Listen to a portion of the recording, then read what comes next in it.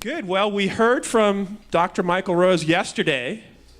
It was both disturbing and interesting. And ultimately, as promised, inspiring. And it was a real cliffhanger, though, wasn't it? So we are going to continue with Dr. Michael Rose today. Please welcome Dr. Michael Rose.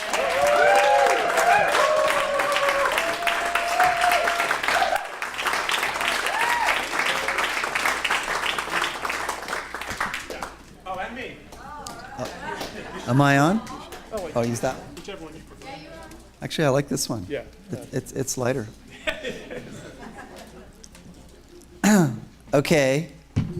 So I've never really given a talk like this before. All right. And stand up, Joe. You're going to be right next to me. Yeah, I'm with you. We're going to do this together. Okay. Okay. Because I can't give this talk at a scientific meeting, right? Right. They wouldn't let me. Okay. And I've also never had such a perfect audience in my life. Okay. So you all literally inspire me, both collectively and individually. Meeting Jim, Bernie, Sarah, my new sister, Otto. He's out there. There he is. There's Otto, and Joe. Joe's my communicator. So I have some slides, but I'm going to really be, hopefully with as much Joe as I can get, trying to communicate the farther implications, the more specific implications for your daily lives. Okay? Unfortunately, coming from where I come from, right? I first think of these things in terms of math.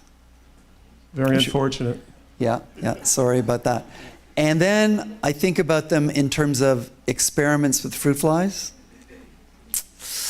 Not much better. Right. Okay. But then I start to think about them in terms of people's lives. All right? So my crutch is math, which I'm not going to show you, and data. Today I'm not going to be showing any data, but it is out there. It's on its way to publication. So I'm going to try to dance about architecture. If you see what I'm saying, right? So this is going to be, everything is going to be wrong, but hopefully we can make it right in the end. All right. That sounds great. So I know yesterday was a lot for us, so I did a little, I'm going to do a little recap, just as it's like a 2-minute recap of yesterday. Well, a little bit more than 2 minutes, right? Okay. Go for it. So, Biological Immortality is Real by Dr. Michael Rose. Bernadine, Joe, what the hell are you doing up there?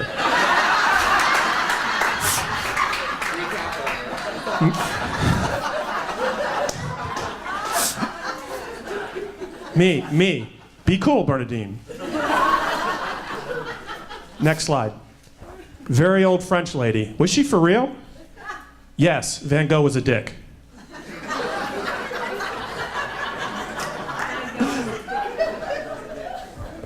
Rust theory of aging.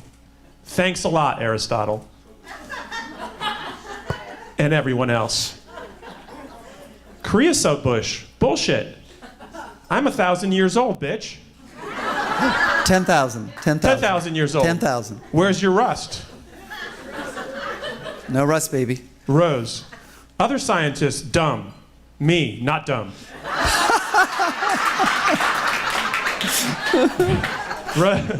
Rose, natural selection is my God. Quote, Woody Guthrie died of Huntington's disease because natural selection didn't care. Progeria is very rare because natural selection does care. Arbitrary and cruelty like gods always are. Strange graph, distracting clip art. Natural selection loses interest in your survival with adult age. Before reproduction, all is well. After, who cares? Thesis, postpone reproduction to get natural selection to select out bad shit. like Huntington's disease, so bugs live longer. Anything. Or anything. Anything. Rose, fruit flies are cute. So we stole their eggs so they couldn't reproduce. Guilty. Fruit flies, thanks for disrupting our habitual patterns of family living, including toxic reunions and boring holidays, so we can live longer and better. Yay. Back to the very old French lady. Aging equals the acceleration of mortality rates. Yeah. Foot on accelerator. If this acceleration was a constant, she would never have hit 122. Shit gets really weird here. Aging stops after 90, according to MRR. A hush falls over the room. Another inscrutable graph. Rose shows that mortality stabilizes later in life. Aging stops. What the fuck? Rose shows more fruit fly data we don't understand, giving us time to think.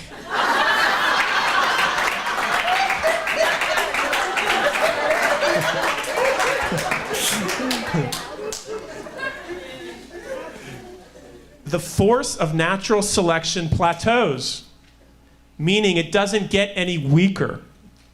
Natural selection is the force supporting survival. If it doesn't decline further, then our survival ability doesn't weaken further. Therefore, no aging. That's when aging stops. Right. Okay, in conclusion, this is actually what he wrote. Plenty of organisms have biological immortality because selection can make it so. We know why aging happens because of the declining force of natural selection with adult age. Aging stops very late in life because the force of natural selection stops declining. We age towards biological immortality. Michael Rose, ladies and gentlemen. Joe Bardeen.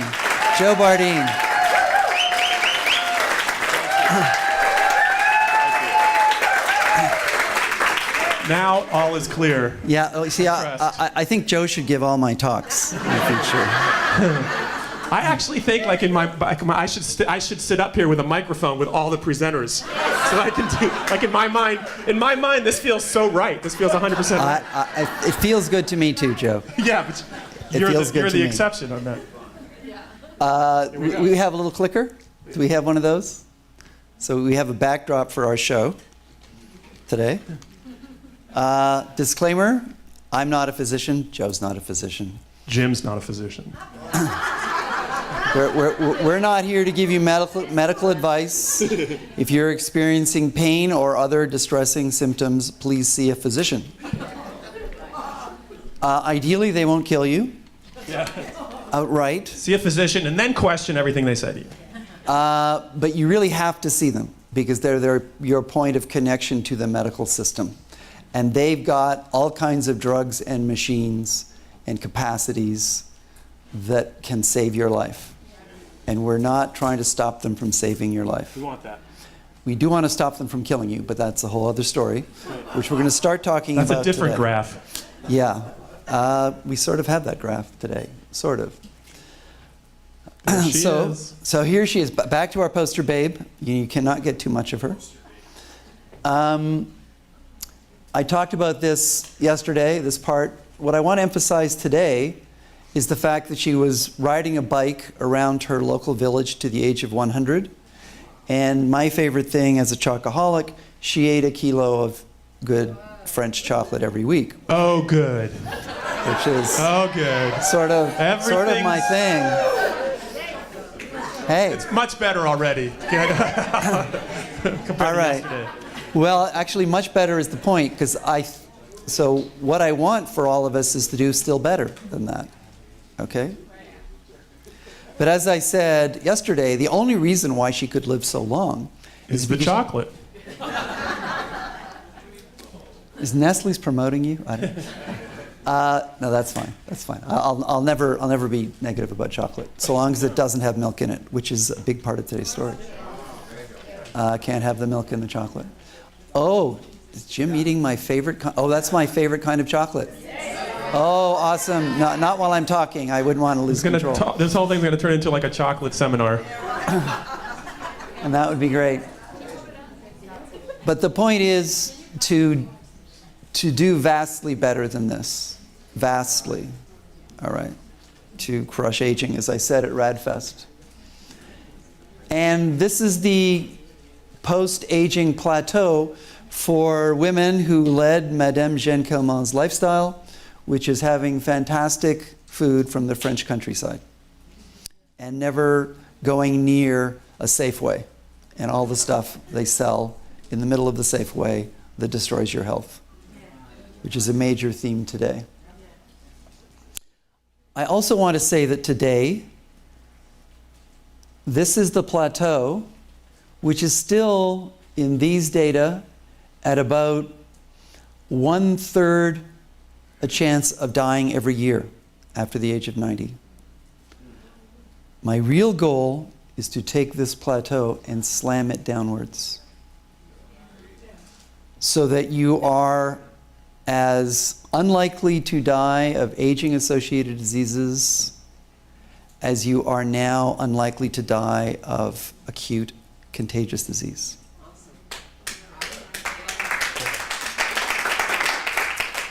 So everything that I'm talking about today has happened before. In the 19th century, Europe was haunted by a specter. Contrary to Karl Marx, that specter was not communism. It was infectious disease, especially tuberculosis, influenza, sepsis. Those were the main killers of the 19th century. That was the environment in which Pasteur grew up, got married, and had his children die of childhood infections, the way vast numbers of European children died in the 19th century, and most adults died in Europe in the 19th century. The concept of the germ theory of infectious disease was published in 1840. It took 70 years, 70 years, for the vision of Pasteur to prevail.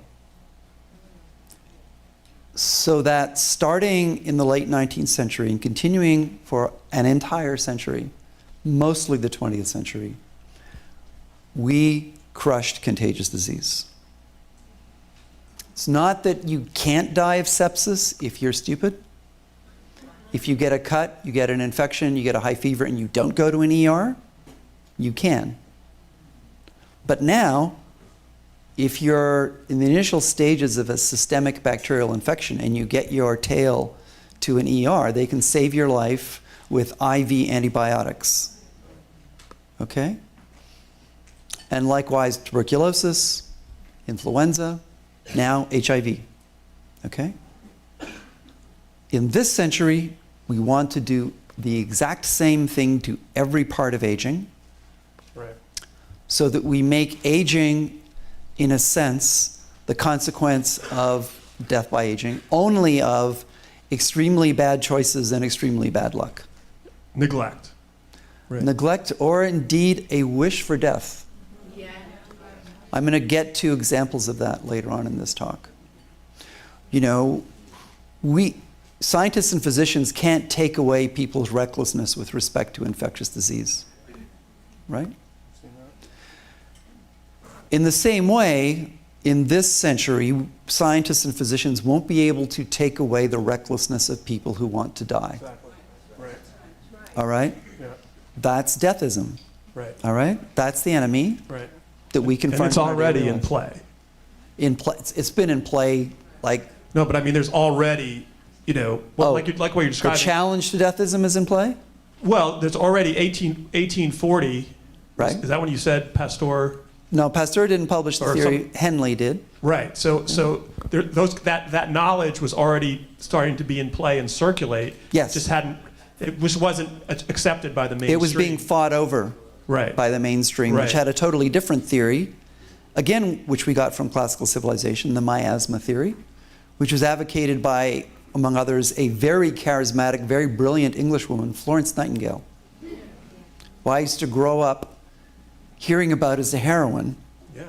and now I realize she's responsible for the deaths of tens of millions of people. See, this is what's so fun about Michael. Anyway. I'm just full of good news. Yeah. I'm a party guy. Not. She was a good nurse, She founded nursing. but a bad theoretician. Exactly right. Yes. And a spectacularly charismatic figure. Who helped discourage people from understanding that they should wash their hands. Yes. Except if their hands smelled bad, which was the miasma theory, bad smells. Okay. The problem is that a lot of infectious agents like cholera Don't smell. don't produce a scent. Yeah, Germs, you can't always smell them. exactly. Or see them. Germs. Germs. Okay, so the bulk of my career, not the only aspect of my career, but the bulk of my career has been using evolution by Can you imagine if I was standing up here doing this with every speaker we had? That would be, like I said, that would be amazing. Okay, sorry, Mike. No. I'm with you. No, don't leave me, Joe. I need you. Yeah. Okay. Can you imagine, I say these totally nerdy, off-the-wall things, and then he brings humanity to the whole thing. Yes. He's a person. You're a person. Who knows what I am? Who gets defensive when you say he's a person? Anyway. I wouldn't describe myself as defensive. I've just described myself as a long-standing registered alien. Yeah. He said, you're a person. I used to have a card that said that. You know? Yeah. So This is what happens when immortals are on their own too long. Yeah, that's a fair statement. Yeah. I like that. Yeah. That's very good. Create some, Yeah, weirdness. Yeah. You just become more. Well, we're all and more weird, but we have a little bit of a. The Man Who Felt Worth. You see that film, David Bowie? Awesome. So in my career, I've mostly been controlling the aging of fruit flies using evolution to produce genetic change at hundreds of sites in genomes, altering hundreds of transcripts and tens of thousands to 1 million metabolites. Hey, it's a living. Okay. And everybody who's heard me talk for decades, because I've been giving versions of this talk for more than 40 years, okay, goes, well, that's all well and good, Dr. Rose, but what about us? Right. Because so far as I can tell, none of you are fruit flies, right? Unless there's some of you with very elaborate, body makeup.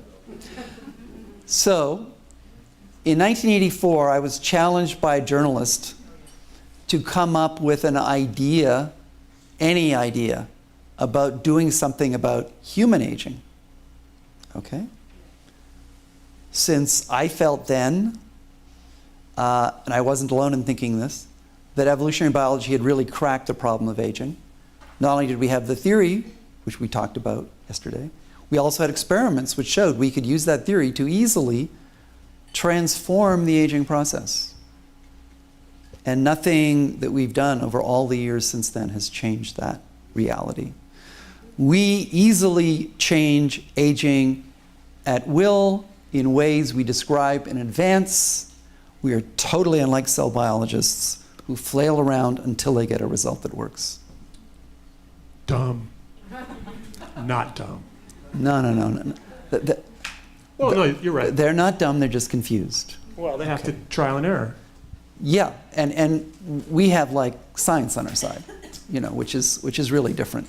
So once you're doing engineering with Newton backing you up, Newton and the gang of physicists, you can do engineering in a completely different way, right? Than when you're just like a Roman builder. All right, that's what we are. I've been a scientist my whole adult life. Now it's time to get some engineering done. And the engineering that we want done is on us. But I'm not going to make you evolve. There's no point waiting 10,000 years or 20,000 years for human evolution to transform your aging. Screw that.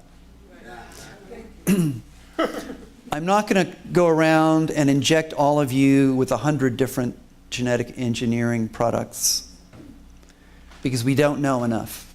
More on that later in this talk. So, where can we start? What can you do this week? This week, and for the rest of your lives, which might be absolutely indefinite. Okay? So that's what this talk is about. All right? Oops. So, about a decade ago, I had the following idea, which is a really technical idea. Okay? So, just to give you a parallel, you may have heard of Einstein's equation E equals mc squared, right? Yeah, and it's not about rappers in Switzerland in 1905.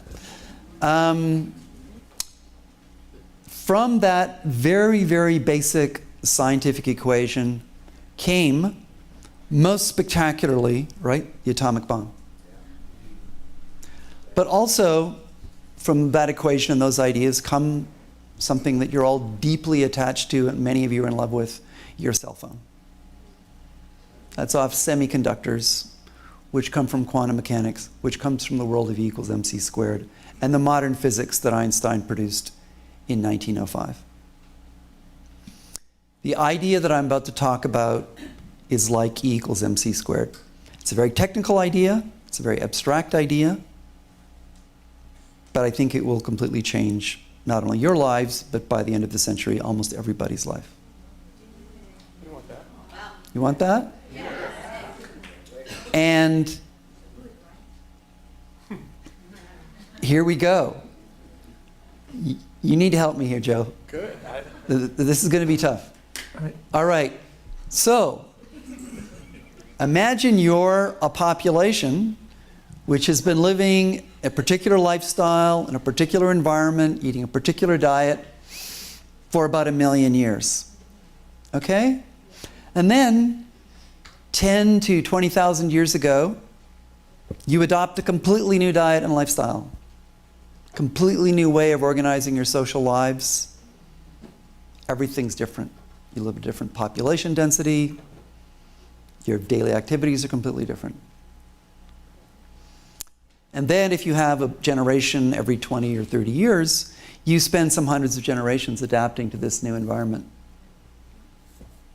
You know of a species like this? Yeah, that's all of us. All right. So we have recently undergone a complete evolutionary change of lifestyle, to which we have spent a couple of hundred generations adapting, if we're Eurasian. No generations, or almost no generations, adapting if we're Australasian indigenous in our ancestry. For them, it's been,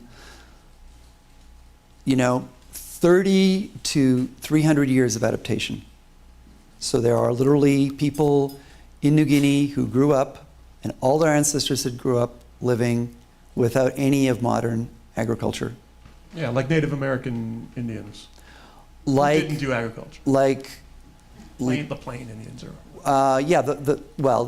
In our time, the Inuit of northern Canada and Alaska would be examples of this, pretty much. Okay. So here's where the deep evolutionary theory becomes important. Remember yesterday I showed you the force of natural selection? The most important equation in your lives. I just plotted the curve of it. It says that natural selection is rip-roaringly powerful when you're young, and then it fades out, but it fades out to a plateau. It doesn't, the weakness doesn't continue getting worse, it stops getting worse. But if you think about a species that's undergone an environmental change, that's had only 10,000 years to adapt compared to the million years it spent on its previous diet. It's going to adapt to that new lifestyle very fast, very powerfully during childhood and early adulthood, when the force of natural selection is very strong. That's what I'm showing you here. That actually makes sense. Uh-oh, I'm making sense to you, Joe? Okay. So I'm a scientist, so this is a cartoon of math again. So if in our agricultural environment, for example, you have a totally ramped up ability to process abundant carbohydrates, and let's say this phenotypic value is your ability to cope with bread, all right, which is a fairly processed high carbohydrate food. Uh-oh. Uh-oh, sorry. There goes the bread. I love bread too. Yes, they eat bread in south of France where she lived to 122. And we're going to talk about that. Thank you, Joe. Joe will be making it real. Baguette. Baguette. I love baguettes. My favorite lunch as a child was a French baguette with French runny cheese.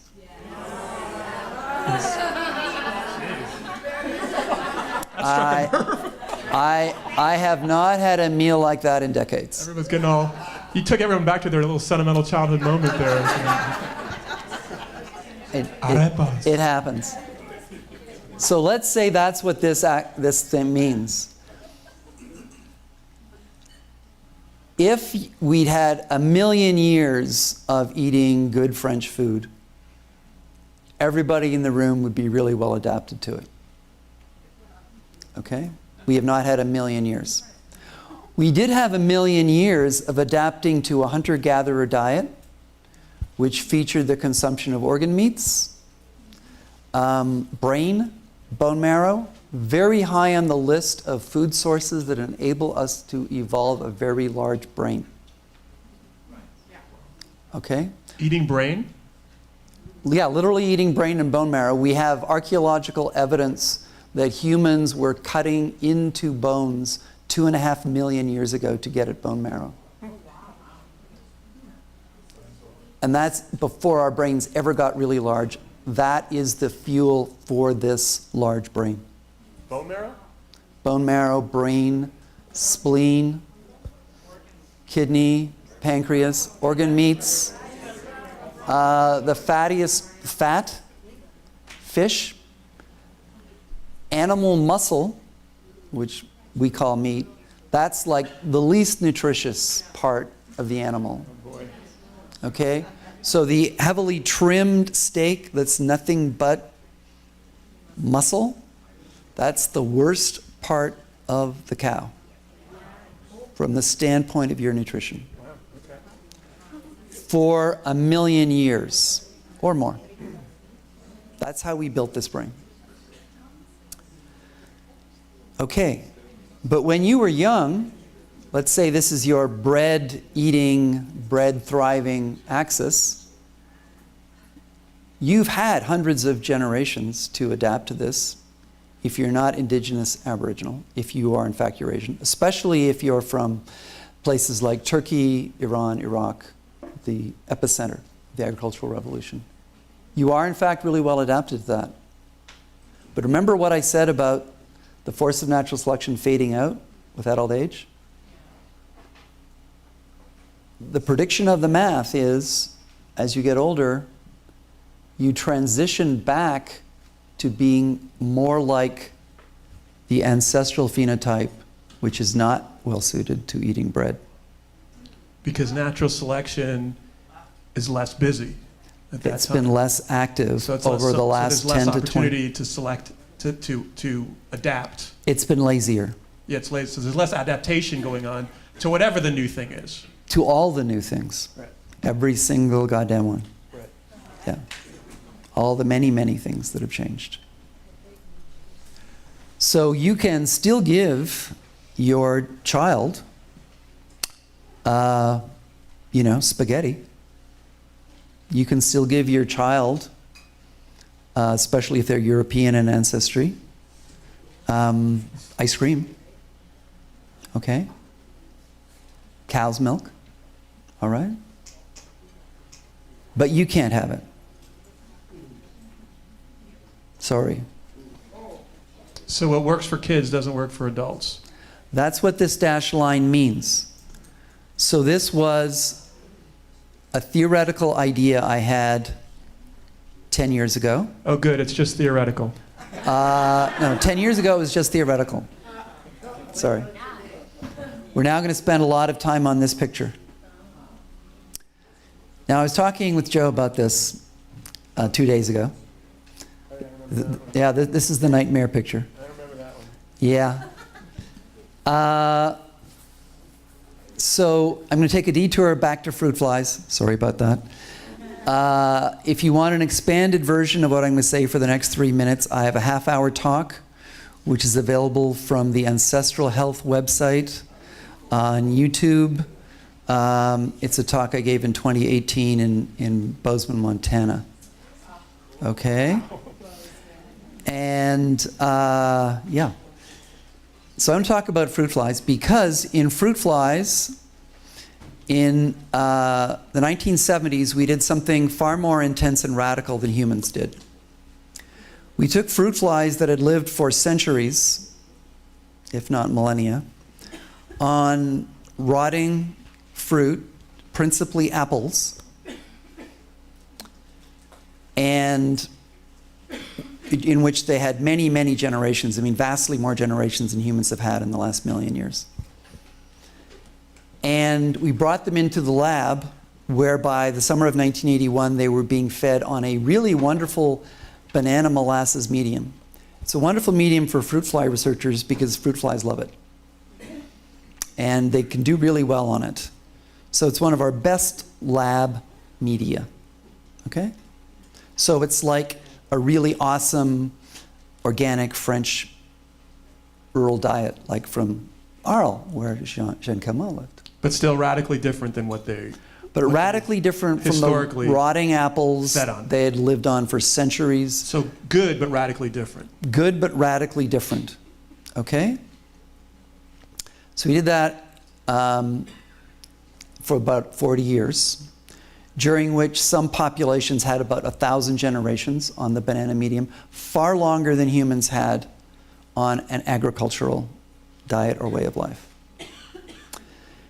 And I said, oh, the story I just told you about people, we've done a far more radical version of that with the fruit flies, in which they have not seen a rotting apple or anything like it for 1,000 generations. So humans, over the last 10 or 12,000 years of eating the agricultural diet, we've always cheated. We've always poached. We've always got animal foods whenever we could get them. And on feast days, you eat animal flesh or organs, whatever, in almost every agricultural human society. Okay? So we have not gone as far as what, in my lab, we did to the fruit flies. But this exact same theory I was talking about before should fully apply to the fruit flies as much as it does to people if the story I just told you is true. So we did some math that suggested it would be true in everything that underwent a big environmental lifestyle change. And I'm going to explain everything I just explained in words with that previous picture in terms of our data that we got from fruit flies. And there are 3 kinds of diets we've used experimentally with fruit flies. They're a Trader Joe's approximation of their rotting apples in orchards diet, which we get from organic applesauce. Which would be the sort of proto-original... It's our laboratory attempt to emulate what they got throughout existence. many thousands of generations before we got our hands on them. Right. And then there's the banana diet, which we've given them for hundreds of generations. Somebody for banana? Yeah. And then we gave them a novel but actually fairly benign diet, which was orange, which they've never been exposed to in their evolutionary history.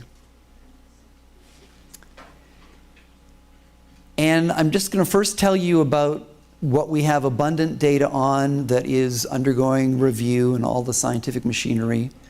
You can get an introduction to it in more detail from the video I described for the Ancestral Health Society. And this work was the work of my graduate student, Grant Rutledge, who got his PhD with me last year and is now working for the USDA in a research lab of theirs. So functional health is shown here. So this is your ability to run 100 yards, have sex, although I know Sarah doesn't approve of that, do whatever it is you want to do functionally, okay? Dance at a New Year's Eve party, you name it. Find a New Year's Eve party. Find the New Year's Eve party. That may be impossible. Well, I don't know. I'll find out in a couple of days, I hope. The diet on which they always do worst is the completely new, novel orange diet. Because they have no evolutionary history of adaptation to it, and they do worst on that at every age. You have intimate experience of a diet like that, which the majority of Americans have been consuming for about a century, which is the supermarket diet. It is the fast food diet. It's the Twinkies and Red Bull diet. It's even worse than 100 years. It's less than that. Well, because there's even a big difference even in my lifetime. It's been steadily going to hell. Yeah. But in the late 19th century, industrial... The brand names stay the same. It's just what's inside the food. Yeah, gets the more industrial degraded. chemists came up with Crisco. They came up with a non-animal sourced cooking fat, which was made of processed seed oils. No humans had ever eaten food made of stuff like that before Americans toward the end of the 19th century and the early 20th century. Before that, when we cooked with fats, we used stuff like lard and tallow and suet and so on. So in a sense, it's not even a matter of good or bad or right or wrong ingredients. It's a matter of new and long-standing. Yeah, long-standing. Yeah. So evolutionary novelty is your mortal enemy. If it's a completely brand new food, hello, high fructose corn syrup, invented in the 1970s, started to spread through the American and then Western food system in the 1980s and onward, and is perfectly associated chronologically with an epidemic tsunami of obesity and type 2 diabetes. Which also explains why naturopathic oftentimes is more complementary than what they call allopathic. Because naturopathic, they might not even know that, but it's because it's more long-standing to our physiology. And in a slide I'm going to get to, I'm going to have an endless discussion about that. Yeah, so thank you. That's a great foreshadowing. So remember, this is still in the lab with fruit flies. You give the fruit flies their agricultural banana food, what I think of metaphorically as their agricultural diet, their recent, but nonetheless hundreds of generations old diet, far more stringently selected with than we ever did with agriculture. And you get data that looks like the blue line here. At early ages, vastly superior to the orange diet. There's the orange diet. Here's the banana diet. B for blue. But at later ages, they're equally crap. But why is it superior to the long-standing one? Shh. We'll get to that in a second. I'm trying to make what's complicated simple. Oh. I'm trying. Okay. Yeah. So, of course, young people should not be brought up on Twinkies and Red Bull. Of course. They should be brought up on good organic agricultural foods. All right? There's a saying in the ancestral health movement that you shouldn't eat anything that your grandmother didn't eat. Okay? These days, I would say great-great-grandmother. Okay? Because some time has passed. And you're actually really well adapted to eating a high-quality agricultural diet when you're 10 years old. when you're 15, 20, 25, and 30 years old. And my fruit flies on banana food do best on banana food because we've been selecting for them to adapt to banana food for hundreds of generations.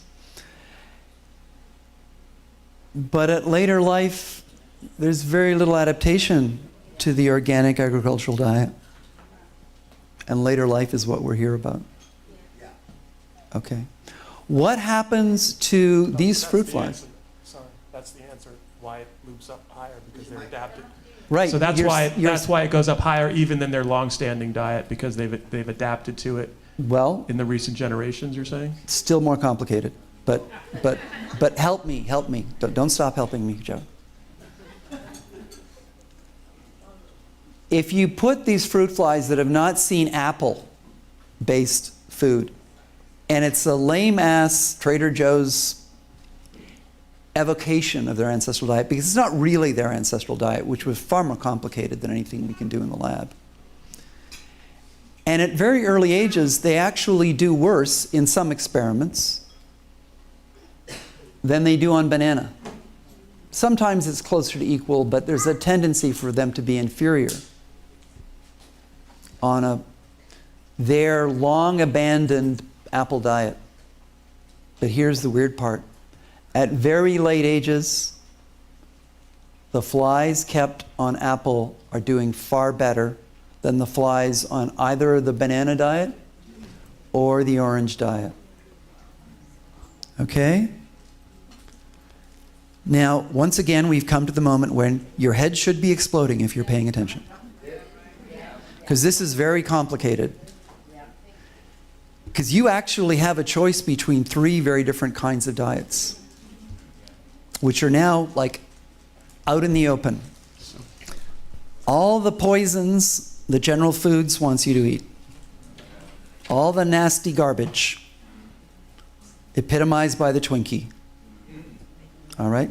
No human alive should ever eat a Twinkie. But you're saying not just because it's actually full of crappy stuff, but because it's also unfamiliar to us. No human is adapted to a diet based on foods that have not existed prior to the 20th century. But you're kind of saying, and this is not the point at all, you're kind of saying we could adapt to it.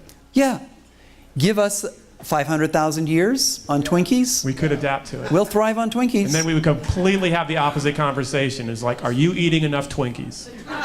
Exactly. Right? Thank you. That's the best. So it's completely outside of this moralistic sort of conversation about. Oh, this is not moral at all. This is life and death at the supermarket. Then, if you're 30 years of age or under, I'm saying, eat a whole earth, agriculturally based, lots of whole grains, whole foods type diet, okay? But then the time will come. The time will come out here somewhere. I'm going to talk about where in a minute, where evolution has not done its job to adapt you to agricultural foods. And who can blame it? It's only had 10,000 years-ish. And frankly, you've been cheating. You've been cheating on evolution. You bad boys and girls. You've been naughty. You've been eating meat every chance you could get, except for the few vegetarians among you. Damn vegans. And so you're really only adapted to that diet when you're very young. And so we have children here. If the children have Eurasian ancestry, let them continue to eat healthy, organic, agricultural foods.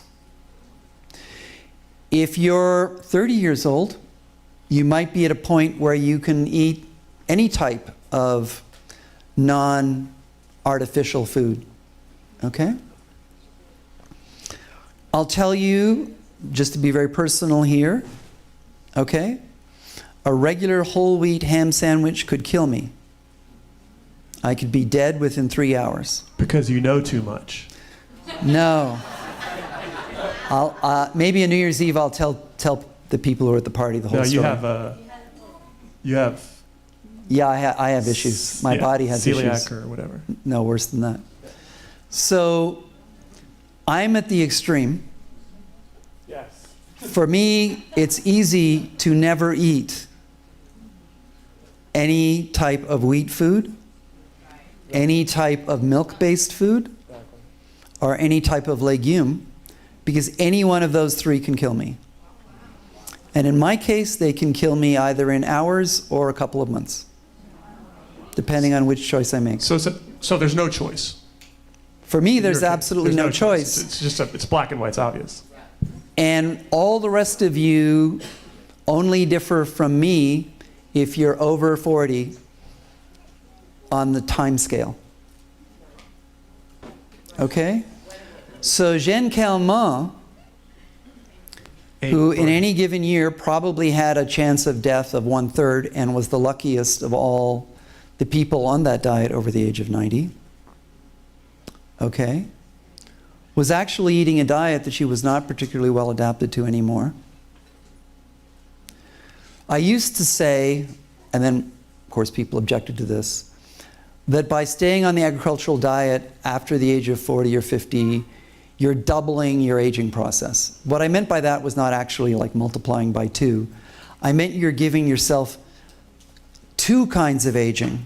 One is the normal background aging, and the other one is the aging from you falling out of adaptation to the foods that you eat and that you're exhorted to eat by your physicians and nutritionists, who were correct about what you should eat in your 20s or your teens or as a child, but are not correct about what you should eat much later in life.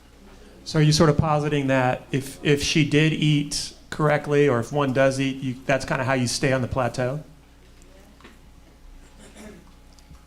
Let me just conclude this part by saying there's a paleo movement which is full of people who at some point between the ages of 30 and 60 stumbled into this fact.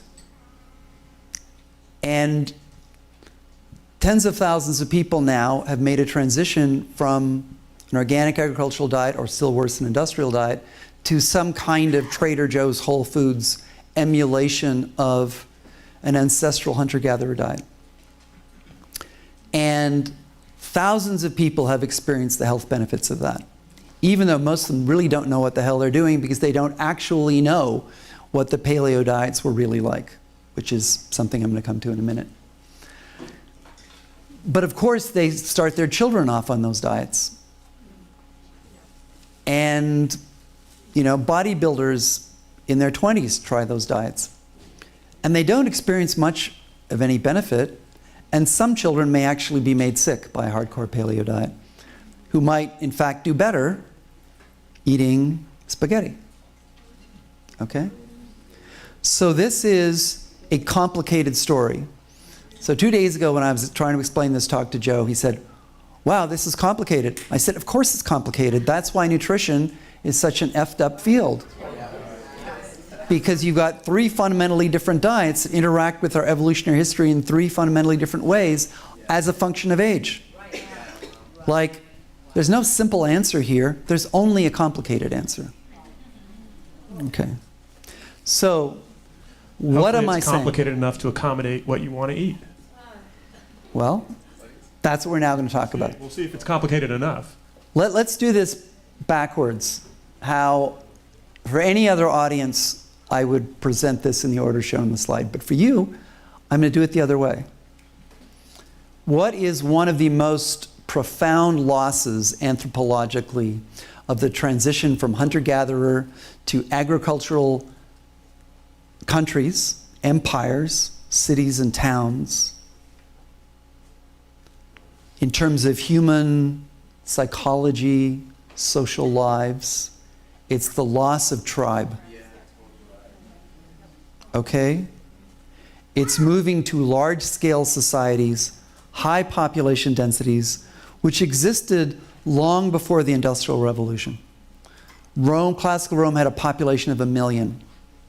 Lots of Chinese cities had huge population sizes before they got any type of industrial technology. And what happens as you grow old in such a society is you grow alienated. You grow unhappy. You're often stuck in a nuclear family or some moderately extended version of a family. Okay? And you fight with your family members, immediate or extended. You have problems trusting people outside of your family. But maybe they could give you something that you need. And over again, in the history of agricultural civilizations, there's this record of loneliness, which is captured, for example, in novels. There's nothing specific about the Western experience in this. There are classical Japanese novels about the loneliness of their lives and their frustrations. And those frustrations only become greater as you grow older. Okay? And you guys have solved that problem. Because you have rediscovered tribe.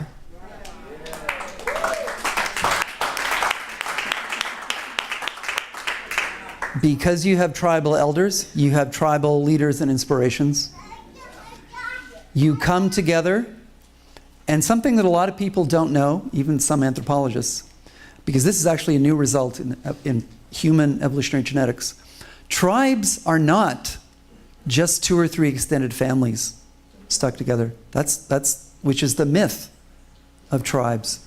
Tribes, human tribes, over the last million years, were defined by groups of people who chose to come together. Often because of charismatic leadership, because of a belief in something, because of a chemistry among them, a spiritual connection among them, which gave them greater fulfillment than the extended families they've left behind. Well, firstly, let me just tell you, that's not my insight. That's a result of genetic research. And it's not any great pragmatic insight on my part. It's your pragmatic insight. It's what Jim and Bernie have given you. It's what you yourselves already have.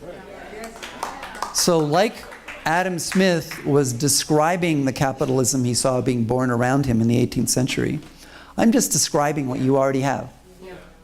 And what I'm saying is, everybody should do what you do as they get older. Maybe young people can survive going to the big city and making their way with all the anonymity and all the dating websites and everything else. Okay? Maybe. Because versions of that story have been playing out for thousands of years. The person goes from the countryside to the city, is alone, anonymous. St. Augustine's Confessions describe stuff like this. This has been described over and over again for thousands of years in Western literature. But eventually we all burn out on that. We all have to get away from that. Now, the traditional way of getting away from that, actually religion. Religion, and as Jim said yesterday, a whole bunch of lies. Sorry. Okay? I mean, one thing about this community is it's predicated on truth. Right? Okay. But religion, in all of its different forms, is an agricultural civilization invention that attempts to, in a very gigantic institutional way, give people some of the strengths that more properly are provided by tribes. We spent 1 million years in tribes. However much our young people have evolved past that, because they have spent all these hundreds of years very powerfully adapting to an agricultural society, those of us over 40 or 50, we're tired of that. It's old, it's empty, it's alienating, It's inadequate. Okay? So part of the reason why I'm starting at this point with you is you are already doing one of the key lifestyle changes, all of which I want you to make for your sake. You've already made one. It wasn't easy, was it? No. You had lots of people not understanding you. Yeah. You had lots of people saying, you're weird. That's right. You're weird. Okay? Well, I want you to embrace more weird. Yeah.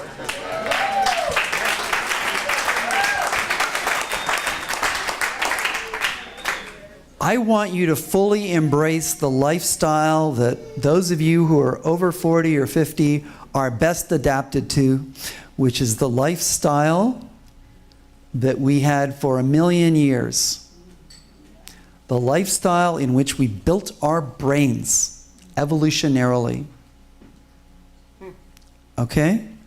The true foundation of human nature was built over the last 1,000,000 or 1,000,000 to 2,000,000 years. Our intelligence, our souls as we experience them, okay? All of our social inclinations and capacities. Let's go farther. Let's go to hunter-gatherer diet and activity patterns. What does that mean? This is what Joe was getting at earlier. You guys are already figuring out the activity part. You guys are actively promoting activity, athleticism of an age-appropriate kind. You're not trying to compete in the Olympics. You're trying to be healthy. Okay? So, people in hunter-gatherer societies, here's an interesting fact, have no greater total metabolic activity than people in agricultural societies. Part of that, this is a technical footnote, is because the most active organ in our bodies metabolically is always our brains, which can suck up to 50% of all the calories that we're using at any one time. That's amazing. It's very, and that's, of course, for not trivial reasons. That's why we're the most exceptional species on the planet. Okay? So you can't exercise your way to a figure you prefer, but you can change your diet. So there's a photographic image on the cover of a book by Jared Diamond, which I think is called The World Before Yesterday. And it's a picture of Jared Diamond, a typical middle-aged academic. I think he was about my age in this picture, who's sort of like shaped more like a pyramid. You know, he's reached his widest point around here, slumped shoulders, okay?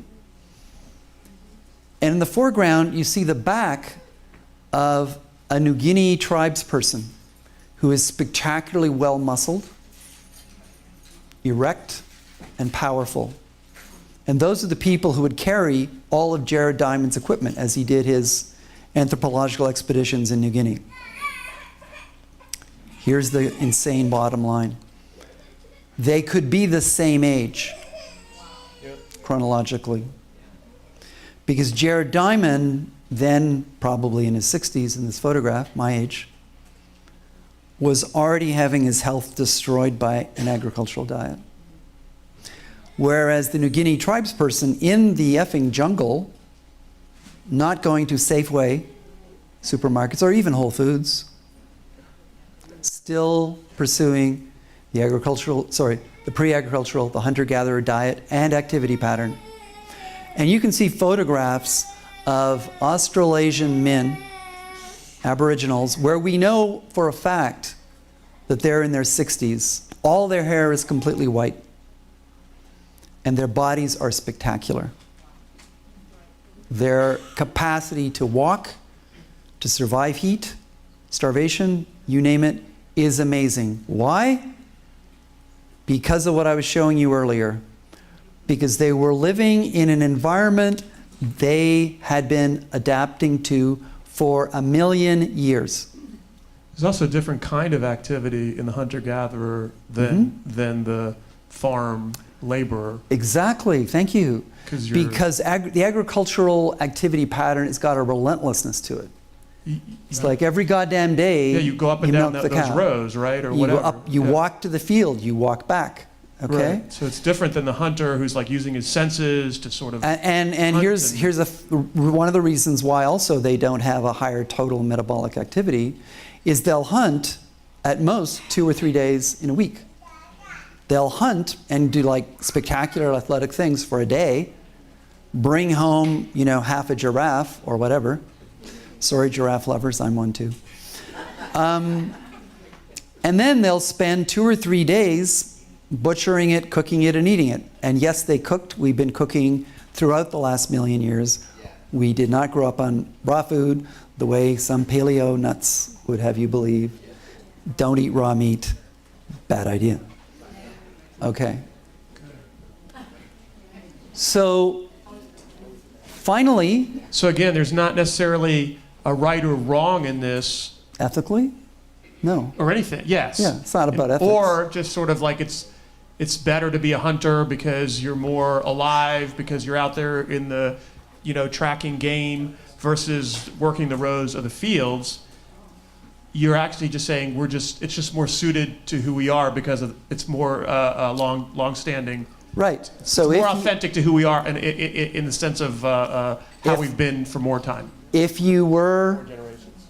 all your ancestry was from Australia over the last 20,000 years humans have lived there, 20 to 30, then you've never adapted whatsoever to agricultural foods. We have historical records of what happened to human bones when the shift was made in early agricultural societies, and their bones were destroyed by eating an agricultural diet, and their health was ruined, and their ages at death were very young. But precisely because of that health disaster, we adapted at early ages. We adapted very fast. Your children can eat all those foods if they have Eurasian ancestry. A little detail, if they have northwestern Eurasian ancestry, that is to say Europe, with dairy. If they have Southeast Asian ancestry, no dairy, in their adaptations, they can't have dairy foods. They make them sick. Okay? So your evolutionary history intimately matters up until the age of 50. For sure 50. Every person I've done this with over 50, it's always the same. They abandon all their agricultural foods, even their like really nice agricultural foods, like whole ancestral spelt grain bread, okay? Sorry. Ancient grains. Ancient grains, yeah. Great idea when you're 25, sucky idea when you're 55. Okay? What's the best food for you to eat now? Bone marrow. Yes. Sorry. Sauteed brains, sauteed pancreas, spleen, fish. Because fish is a really good combination of fat and protein in a way we can easily digest and take advantage of. Okay? But also, here's where a lot of paleo people go wrong. Quantitatively, the largest mass, the largest bulk of what you should eat is plant matter.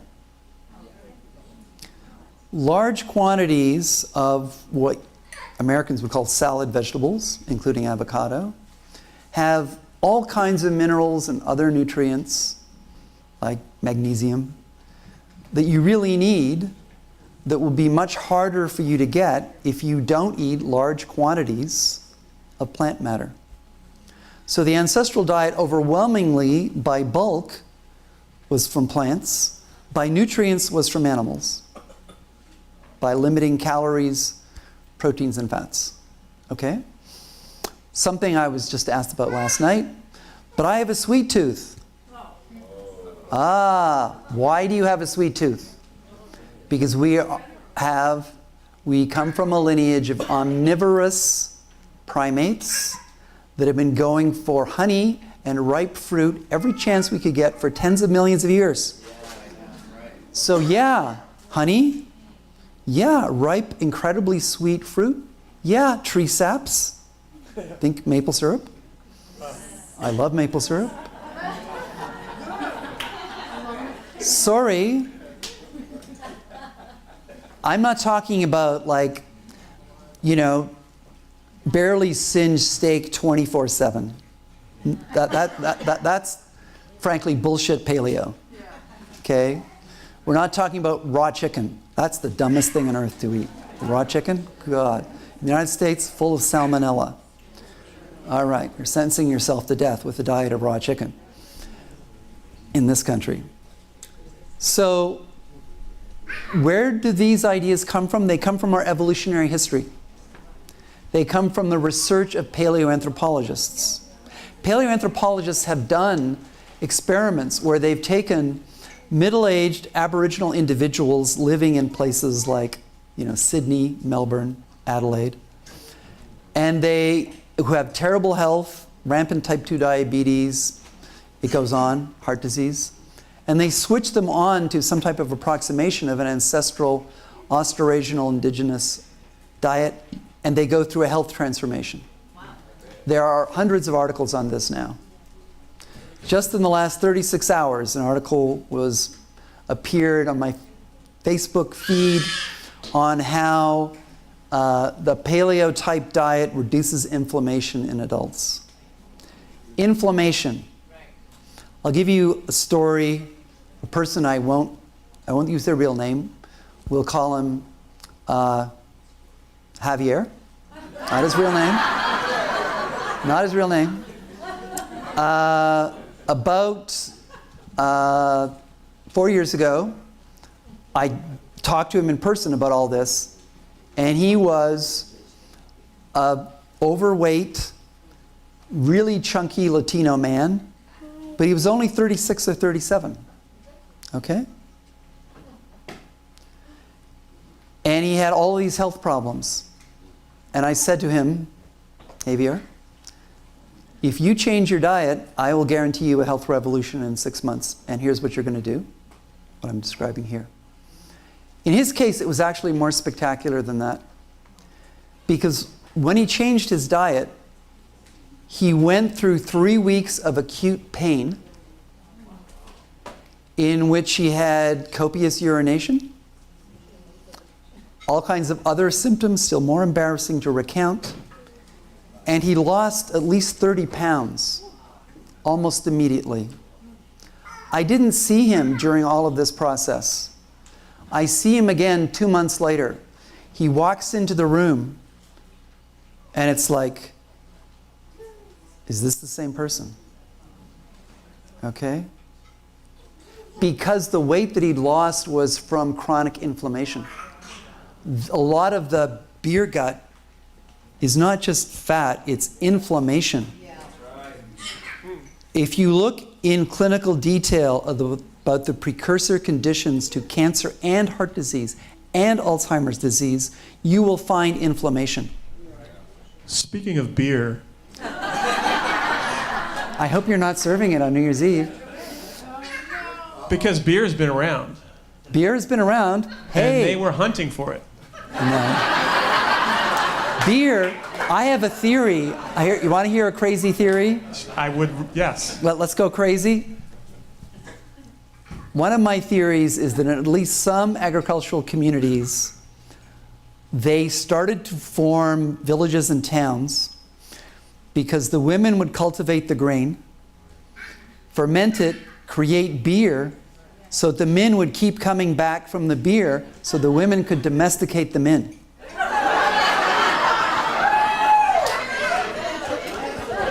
But First time I've said that in public. actually, the men would probably just come around for the women, but No. the women and beer would be a very compelling, could be a compelling case. But but beer's okay. Sorry. What about beer is what I'm saying. Well, exactly. For Beer a human it's a very male long-lived thing. with European ancestry, Beer's been around. If they're 24 years old and watching a football game, beer probably isn't doing them any harm at all. Right. If you're a 54-year-old man sitting with your six-pack of beer, So I have 2 years. you're probably also sitting with a big beer gut. watching the NFL show with you. Okay? That's the way of death. That's the way to heart disease, cancer, and ultimately Alzheimer's disease. Because you are just inflaming the hell out of your body. All right, I'm trying to think about, well, how long was tequila, you know? Ba-ba-da-ba-da-ba-ba. Right, well, no, I mean, when were these tequila, wine? Are you saying no? Are you saying these hunter-gatherers didn't ferment anything? I think they fermented beer. Okay. All right. So, you want to go deep? We'll go deep. We have an alcohol detoxification system which is extremely ancient. We have a what now? Alcohol detoxification system. Alcohol dehydrogenase, okay, is the most famous enzyme involved. If you don't have it functioning, you get very drunk very fast and you get very messed up. Yeah, I have a friend who's Chinese, and he says that a lot of Chinese people cannot drink alcohol. That's because they don't have an intact. They don't have that. Right, but He has it though, so he's a writer. so actually that's an ancient primate thing. In fact, it's an ancient, like fruit flies have exactly the same alcohol detoxification system. Good, so we have it. But here's the trick, okay? It works very well at low alcohol concentrations, Right. such as you would get from fermented fruit. What were we eating 10 million years ago as primates with really good binocular color vision, which enables us to pick the ripe fruits, and for that matter, the beyond ripe into fermented fruits? There are all kinds of monkeys that love nothing more than finding all the fermented fruit, consuming vast quantities of it, and getting drunk totally off their tails. And I mean literally totally off their tails, because they have tails. Okay? And as humans, we're no different. Okay? So we are actually pretty well adapted to alcohol intoxication at low levels of alcohol consumption. Right. So actually, the concentration in alcohol, again, just not to harp on beer too much, but the alcohol concentration in Are beer we is talking lower. about a problem, Joe? We're Is there something you want to share? we're plotting the future. We're plotting the Okay. future here. All right. We're plotting the future. I'm saying and we're going to move on, but the alcohol concentration in beer is lower than wine. In America, yes. In Canada and Europe, you can get much higher concentrations. Which is great. Yeah, I mean, that's why It's still- Canadians call no, it's- American it's- beer piss. How did we let a Canadian in here? But Hey, I'm a registered alien. it's still lower than wine. Yeah, Yeah, sometimes. because beer is going to be like, even a high concentrate is going to be like 6%. And wine's for 12, fermented 13%. fruit will So what's the fermented fruit will never get as high a concentration as wine. Wine is an agricultural food product, so is beer. And the availability of it every day is also a result of agricultural civilization. So you're probably not as well adapted to drinking even wine every day if you're over 50. Okay?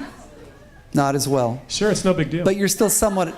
However, you can do what Europeans used to do routinely. I was also talking about this last night, which is taking your wine or your beer and diluting it, which used to be very common practice, by the way. It used to be very diluted. Like It used to be common practice, for example, to start the day with dilute beer or dilute wine. Yeah. And in fact, nothing's more normal for the French than to give their children dilute wine, highly diluted wine. They would grow up, and you wonder why French children are so much better adjusted. Yeah, so everybody, by a stringent standard, was kind of drunk throughout the Middle Ages. Just chronically Probably low a good way to grade. do it. Yeah. Probably a good way to get through the Middle Ages. Yeah. Yeah.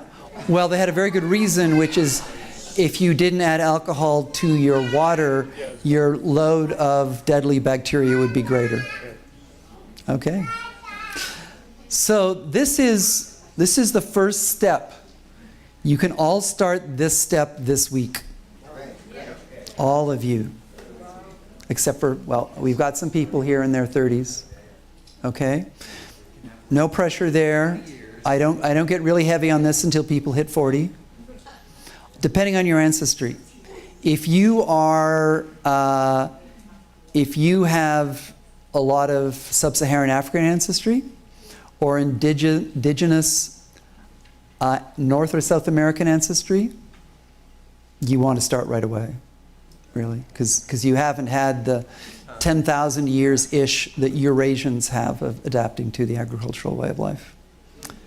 You want to say hell no to the organic agricultural thing, okay? Right away. Don't wait, okay? Now let me just say something I don't have a slide for, but you've been looking at the data which shows that in Europeans before 1930, before the advent of industrial modern foods, aging stopped in the early 90s. If you look at present day American data demographically, and we have excellent such data, aging doesn't stop until 105. Why? Because Americans for the last 50 to 80 years have been eating an industrial grade diet, not an organic agricultural diet. You've been relentlessly exposed to high fructose corn syrup, to seed oils, canola oil, sunflower oil, safflower oil. And you don't get animal organs anymore. When was the last time you ate liver or pancreas or spleen? You eat liver? Good for you. Unfortunately, liver is the worst organ to eat because it's the metabolic waste dump of the body. You're best off with bone marrow and brain. People used to eat that stuff all the time, okay? Up until the 1930s. Every chance they could get, they loved it. You can't even find organ meats in the supermarket. It's you can get some of them at Whole Foods, other places, it's tough. A restaurant within walking distance of where I now live serves bone marrow. You can get it with almost everything. It's awesome. So does the chicken, gizzards, and livers and all that stuff, Yep. fall into that category? Yeah. The heart's probably not the best, but yeah. But after the organs, it's the fat. The fat tissue contains lots of nutrients. It's not just lipids. Okay? And fish is sort of a living analog to a terrestrial animal organ. Okay? So I highly recommend fish. Fish is a very complicated story because of farming, because of heavy metal poisoning in higher trophic level fish like sharks and swordfish. Don't ever eat them. They have high concentrations of mercury, among other heavy metals. But let me get back to the main point. If you do want to stop your aging at 90, don't go near the goddamn Red Bull, Twinkie, Dunkin' Donuts diet.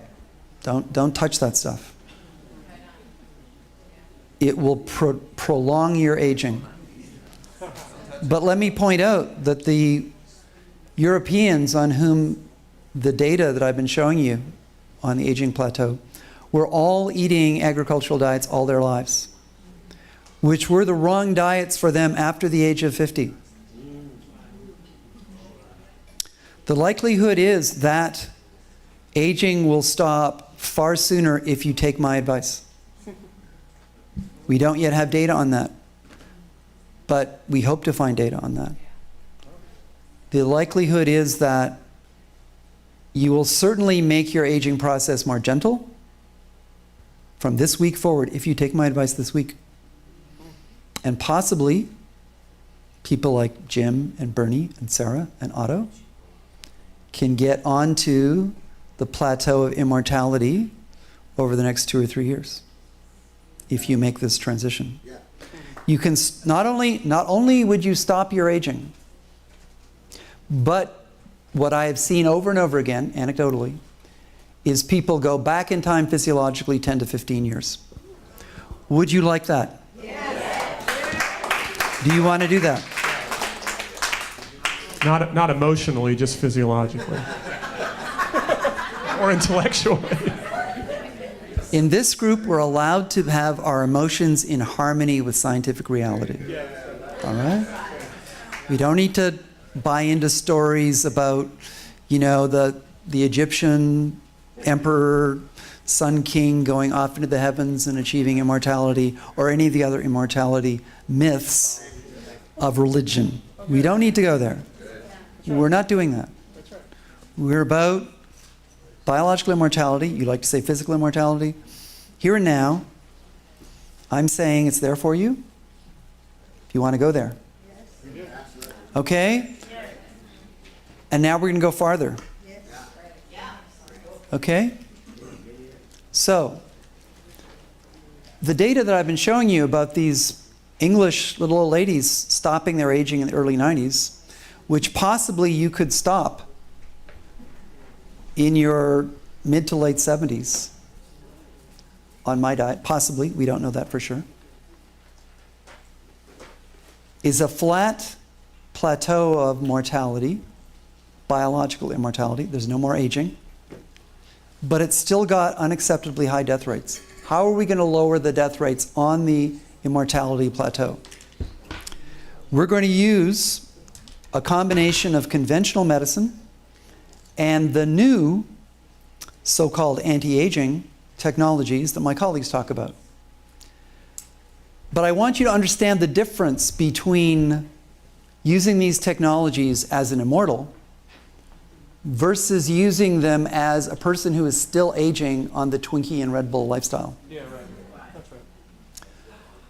If you are still aging, it's this intense and brutal competition between the advance of medical technology, from heart transplants to stem cell injections to gene injections, the whole spectrum, versus this relentless aging process. But if you're still eating Twinkies and Red Bull and you're listening to this talk, you've chosen death. Okay?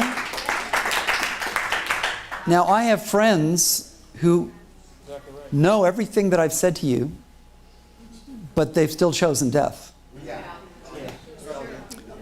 Usually because of their families and the tragedies that come with not having a tribe and being stuck in a family which is emotionally destroying you. And because you're so sick of the emotional destruction, you embrace physical destruction. These are the psychological roots of deathism. It's like, my life is hell, I don't want it to continue. I was sitting at a restaurant with a friend of mine in Anaheim, okay, a month or so ago. And he knows everything that I've told you. And he tried changing his diet and recovered from what I call the death spiral. But then his family was hit by tragedy, and he lost the will to live, and he went back to the crap diet, consciously knowing that in so doing he was going to be killed by it. And, you know, we went through this menu at this restaurant. I won't name it because I don't want to be sued. There was only one thing on the entire menu I could eat. It was fish. And I just had fish and a salad. And he chose, you know, completely toxic garbage and had 2 hardcore mixed drinks, way too much alcohol too fast. And he said to the waitress, because he was sitting across the table from me, "This is what I'm going to have. I'm going to have your giant combo, blah, blah, blah, because I don't want to live anymore." He said it out loud. He said it out loud. If you're sitting there watching your NFL game with your beer, your Doritos full of industrial grade food products, like I would not give to a lab animal in good conscience, you're choosing death. If you go my way, with your tribe, with your activity, and with your scientifically accurate version of a hunter-gatherer diet, you're soon going to be on a plateau of immortality. And then the job of technologists is to take that plateau of immortality and slam it down so that even the deaths on the immortal plateau become very rare. And due to accident, whether that accident is a very weird type of cancer that starts in your body, or a traffic accident, or some mass killer, okay, accidents will always happen. Okay? We can't banish those. But basically, in this century, I predict, people who live on these plateaus, that they may be able to start in their 70s, certainly in their 80s, with this type of evolutionarily informed diet. You will live through this revolution in which we will crush the mortality rates on the plateau because we will repair you. We will repair you at every level. We will replace entire organs if we need to, like hearts.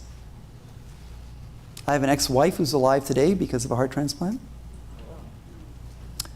We will give you tissue patches for hearts and other organs. We will use stem cells, sometimes from other people, sometimes your own stem cells, to accomplish tissue-level repair. And in some cases, we will use genetic engineering, like Liz Parrish is doing, to give you the genes that we know, because we will have the data then, will help you to demolish your mortality on the plateaus. So people here, some people in this room will be alive 100 years from now, and some of them will be alive 200 years from now, and some 300 years from now. Okay? Because that is what is going to happen in this century for people who change their diet, change their activity pattern. They don't sit all day. Who eat the right diet, who have a tribe. Who have a tribe that makes their life worth living, that provides them with emotional support. Even you, Dimitri. Where your tribe is dedicated to keeping everybody in the tribe alive and healthy. Okay? The future is in this room.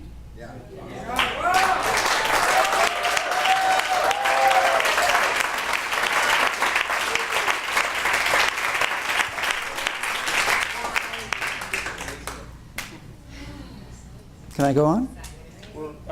We out of time? We're running out of time, but I can stop now. that was a good place to stop. Yeah.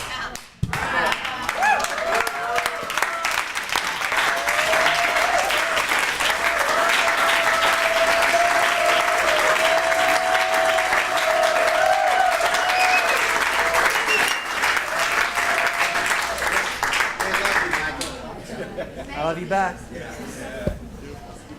you. Thank you. You want to do the Q&A, Joe, or not? What's that? Want to do the Q&A? Sure. Yeah. Okay, we're going to do some Q&A here. Can I have a bottle of water? Yeah. I'll bring it. Thank you.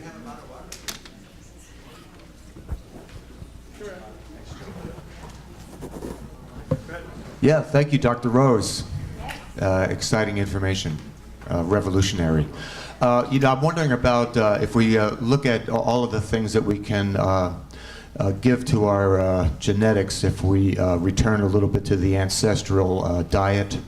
One of the things our hunter-gatherer ancestors had going for them was they were outside in the elements in nature all day, and chiefly among that is they had light. They didn't sit in a chair inside of a room with artificial light all day.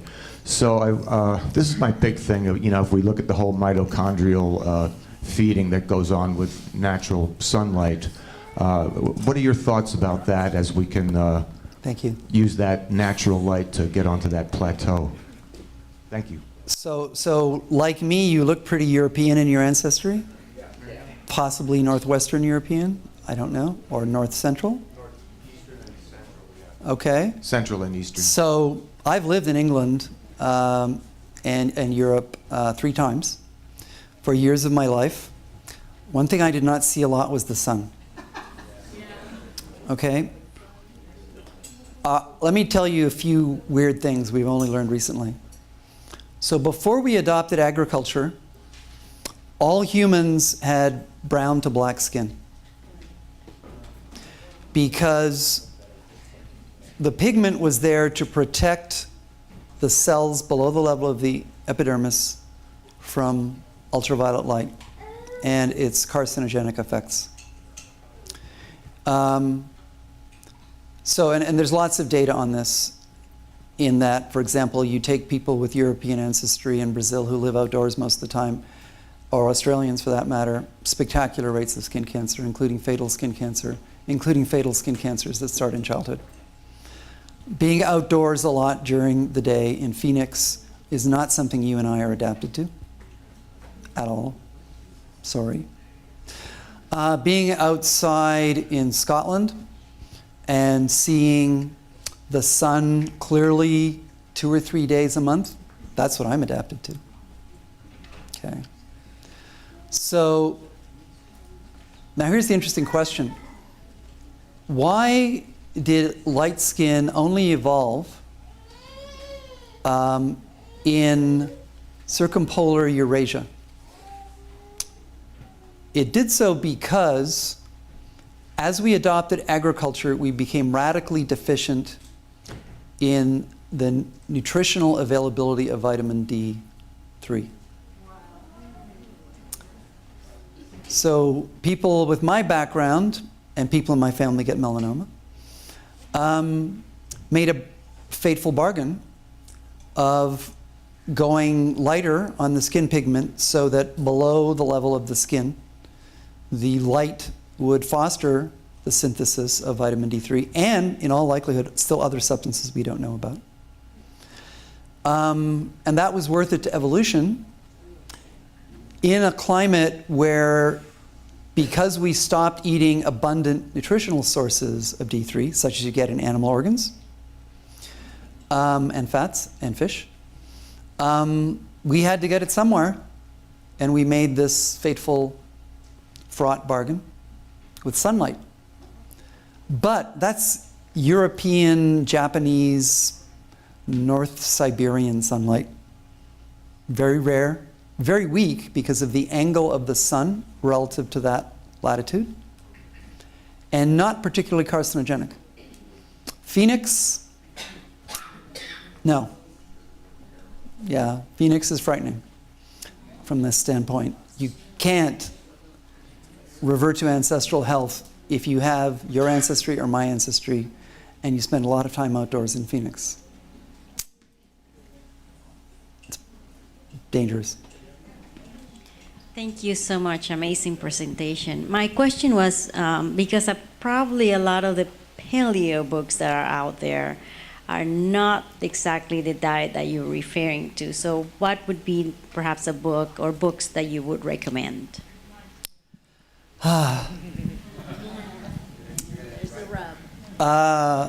Okay, so everything I've said over the last 2 days is summarized in both written form without math or data, in both written words and podcasts on a website. It's called 55 Theses, THESES.org.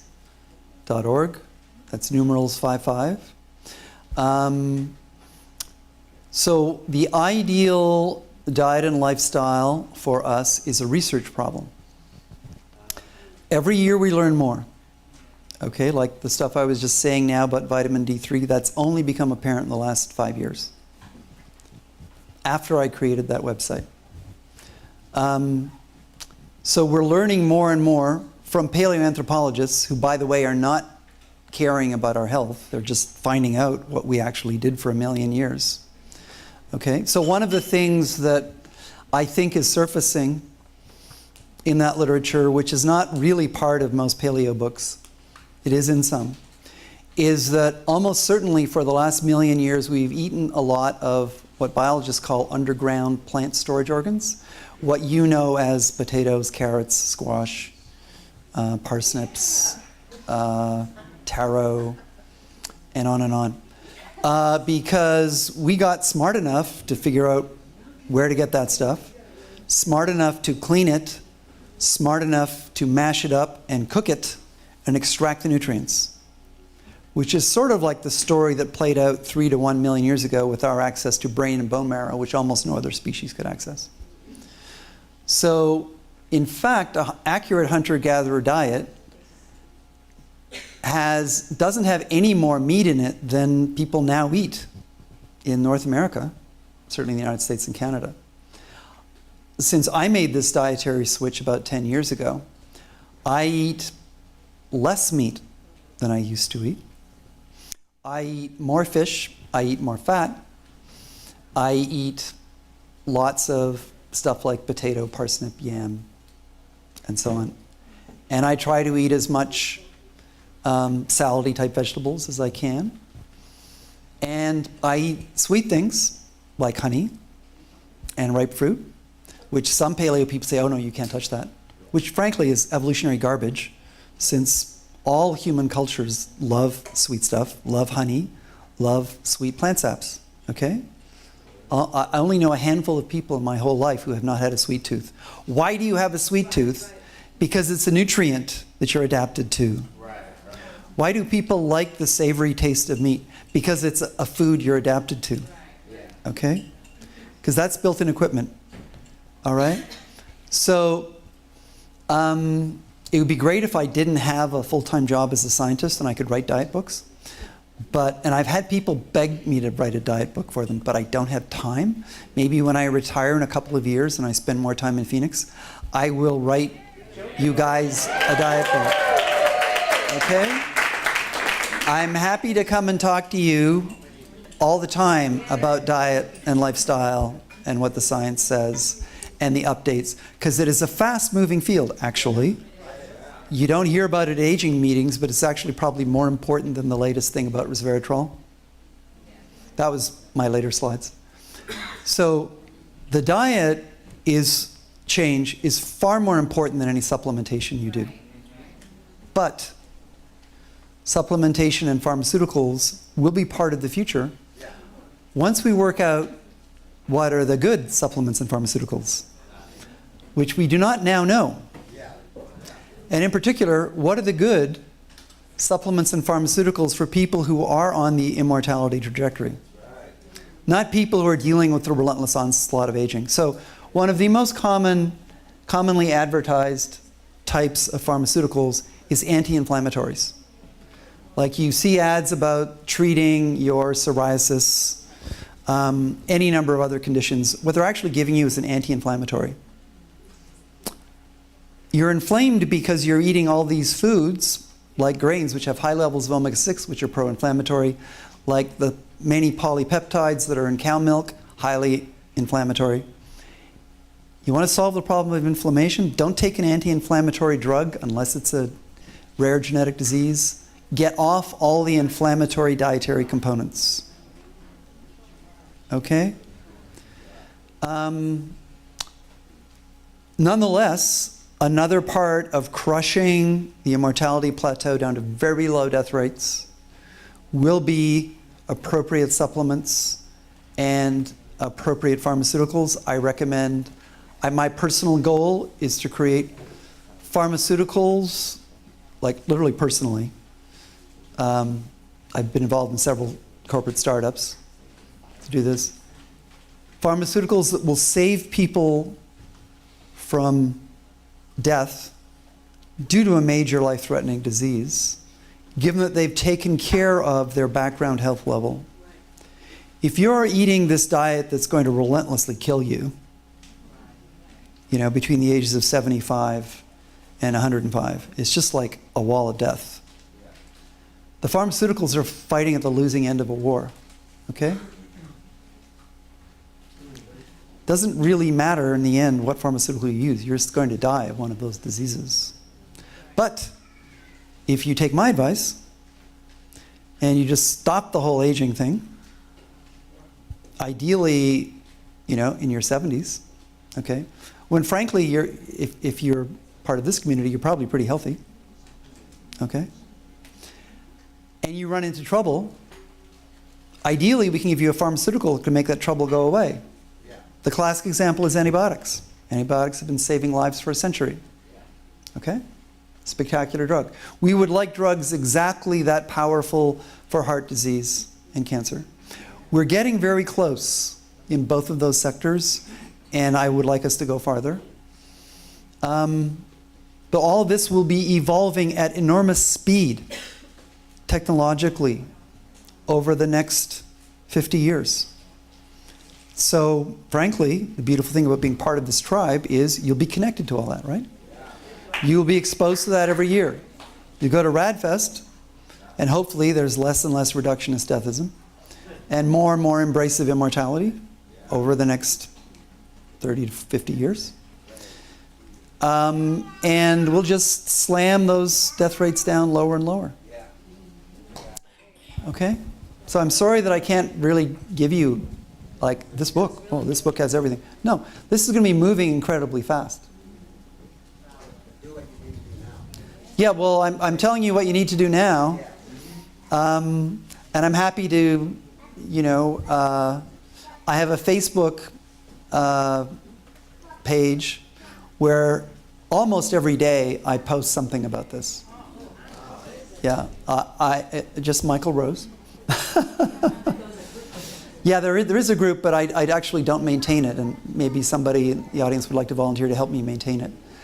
And the website doesn't have any new information that's recent. And my Facebook page, almost every day I update the information. Like in the last 36 hours, I posted something on the anti-inflammatory effects of a paleo diet, which I knew from anecdotal experience, but now there's clinical data on that too. So it's kind of a fire hose. Oh, a physician. Dr. Rose, that was fantastic. Well, thank you.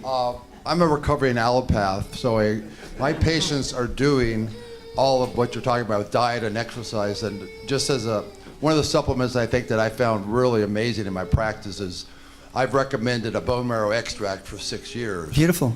And it's a sublingual version. It has 18 growth factors. The main ingredient is IGF-1, which is what our human growth hormone produces.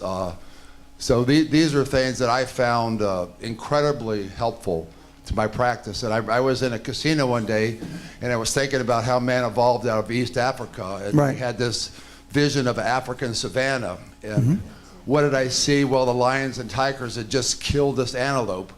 And by the time the lions and tigers had gotten their taste of everything, the jackals and hyenas came in, and what was left was hide and bone marrow. So I've been talking about the bone marrow extract. Homo erectus developed Stone Age tools a couple of million years ago. Yes. So I believe when we started cracking up the bone marrow, I absolutely agree with your idea about that. That made us smarter. Most people believe that 100,000 years ago, we weren't as bright as we are now. So actually, no. By 100,000 years ago, we were as bright as we are now. Okay. Yeah. Yeah. Well, thank you for correcting me. But this has been a great addition to my practice. So I just want to mention that. I think you're doing an amazing job. Well, it sounds like you're doing an amazing job, and if I've done anything for someone like you, I've given you more scientific background for what you're already doing clinically. Oh yeah. I think I've lucked out on some of this just by guessing, because it makes sense. I have 2 degrees in biology, so I think as a scientist as well as a physician. You go both ways. Yes. Yeah. There's a joke there somewhere, Joe.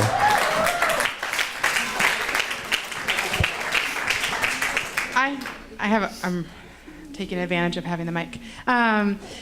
So I guess as you're talking about all of this, right on, I do have a source for some meats if people would like that of your organs. I mean, if you can only get heart and liver and those, would that be better than not? Or are you saying don't do heart and liver? That's question 1 really quick. If it's a liver of a grass-fed animal, like especially bison, where you pretty much know it's not going to be in a feedlot, its liver is probably not a nasty, toxic waste dump. Perfect. If it's a feedlot animal, factory farmed animal, I would stay away from its liver. Okay. So to piggyback on that, I do have that source. So if anyone wants that, I can help you with getting that. 2, so with agriculture, we've we've stripped our soil. So our soil is just lost. I mean, even from the last 50 years, it's unbelievable. Absolutely right. They say that in the next 60 harvests, we'll pretty much have stripped a lot of it because of these big feedlots and all this. Tragically. So what is your, like, our future in that? As you're saying to eat this way, what should we be doing, or what should we, like how are we going to overcome that in the next so many years our soil isn't going to be able to give us all the things it was able to For vegetables, you mean? yeah, for vegetables and for our animals. Like what our animals are eating is crap. It's the entire yeah. agricultural ecosystem. Yeah. Yeah. So how do we overcome that over these next years eating this way? You know, since we're all looking at living for decades and decades and decades, and possibly centuries and centuries and centuries, of course we have to deal with that issue among many other ecological catastrophes we're facing, like entire cities disappearing if they're near coasts. I think this gets really to the fundamental ethos of being an immortal. If you're living as an immortal, the future of the planet is not something for your grandchildren to worry about, something for you to worry about. You know, like we're all facing that, okay? I mean, yeah, if you're a dissipated congressman in their 70s who's like eating all this crap food and having a crap lifestyle they find incredibly depressing and drinking too much or God knows what else to cope with it, you don't really care about the future. It's not your future. And you're probably too dissipated and irresponsible to care about your grandchildren, really. You know, Mitch McConnell. Sorry. But for those of us in this room who take being immortal seriously, it's our lives. We're all facing this. And I would say, non-trivially, in the first instance, you're facing it as a tribe, right? And ideally, this is a nucleus of a gigantic movement, which I think Jim really, and Bernie, I hope, wants to create. That's what RADFest is about. RADFest is the start of the reaching out. Yeah. You know, going from the suburbs of Jerusalem to the entire Roman Empire. Going everywhere, trying to reach everything. I wrote an essay about this for a transhumanist online thing. I can't remember. I posted it on Facebook. The ethics of ecology are totally different from immortals than they are for people who want to die, people who've chosen death. Okay? If you've chosen death, you can live irresponsibly. You can smoke cigarettes, drive too fast, go to Vegas and not go to RADFest, but instead gamble and use hard drugs and who knows what else. You know, that's the difference between deathism and immortalism, really.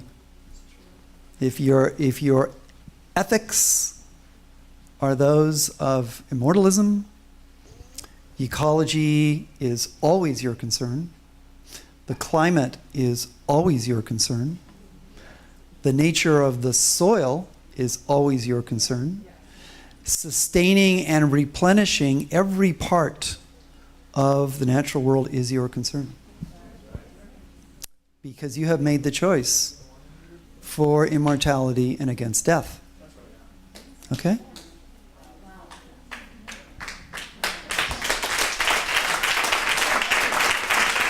Hello. Hi. Hi. Well, part of the answer came from Dr. Anders, yes. Because well, first of all, I want to tell you, my father was born in Germany, but my mom is Iraqi descendant. Oh, so Iraqi. as a, yeah, that's good. She was born in Jerusalem, but her mom and dad came from Iraq. So that's the best descent for the agricultural diet. Yes, so she uses, as children, she used to cook a brain, a cow brain. Oh, even better. Yes. Yeah. Never ate that. Cow brain, like real cow brain. Yeah. No, I didn't eat it.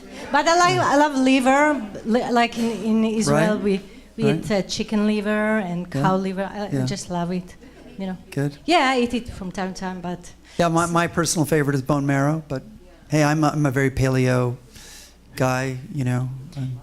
Yeah, on the other hand, both Primary. like the European and the over there Iraqi and stuff, we have a dish full of beans and potatoes, but also we have chunt. Chulent. Yes. So we have big bones and it's yummy. Yeah. Okay. Osobuco, also. Oh, yeah. Very exactly. European dish. Anyway, before... Unfortunately, the beans are also an agricultural food product, and they're full of toxic substances that some young people are adapted to, but nobody my age is. No beans. Yeah, sorry. No Sorry. beans, no sun. Yeah. No. I'm If, sorry. if you have brown skin, Yeah. go for the sun. Yeah, I wanted to ask about substitute for the bone marrow and stuff like that. Any substitute that if I don't have a good source and I don't want to eat it. Yeah, so bone marrow is the perfect illustration because bone marrow contains vast numbers of things that are both signals and nutrients. So when you're eating bone marrow, you're saying to your body, hey dude, regardless of gender, you're living 200,000 years ago. Party it up. Let's live like it's 200,000 BC. And when you're my age, that's home, physiologically. All right? It's not home when you're 21 years old, if you're Eurasian. It's never home if your ancestors did not live an agricultural way of life. Okay? Never home to eat anything other than stuff like bone marrow.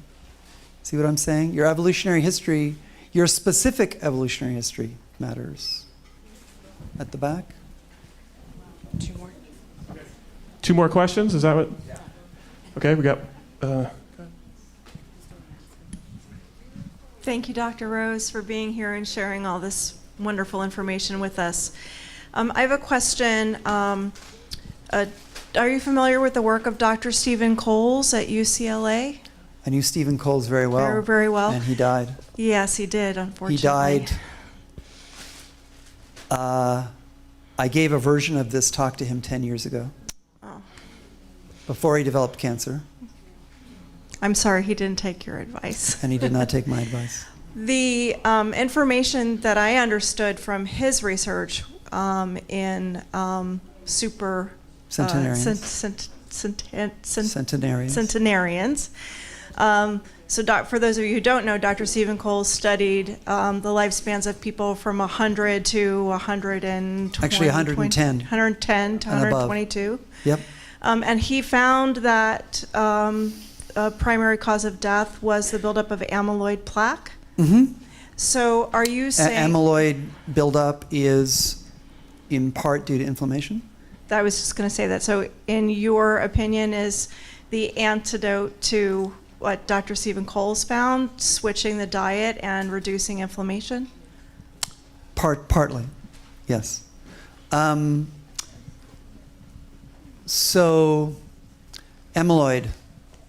The evidence now is that your brain needs amyloid to ward off infection.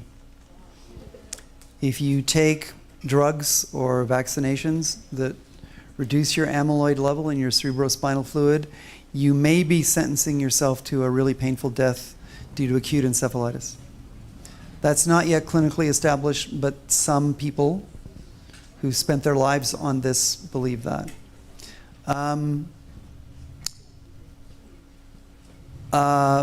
Look, in general, in the period in which you're aging, okay, some things will go wrong, all right? The point, of course, that I would argue is the point is to stop aging as soon as you can and to age as gently as you can so that it's a relatively minor transition. I mean, I could now talk about embarrassing things that I used to be able to do when I was 18 or 20 or 30 that I can no longer do, but it's a mixed audience and their children.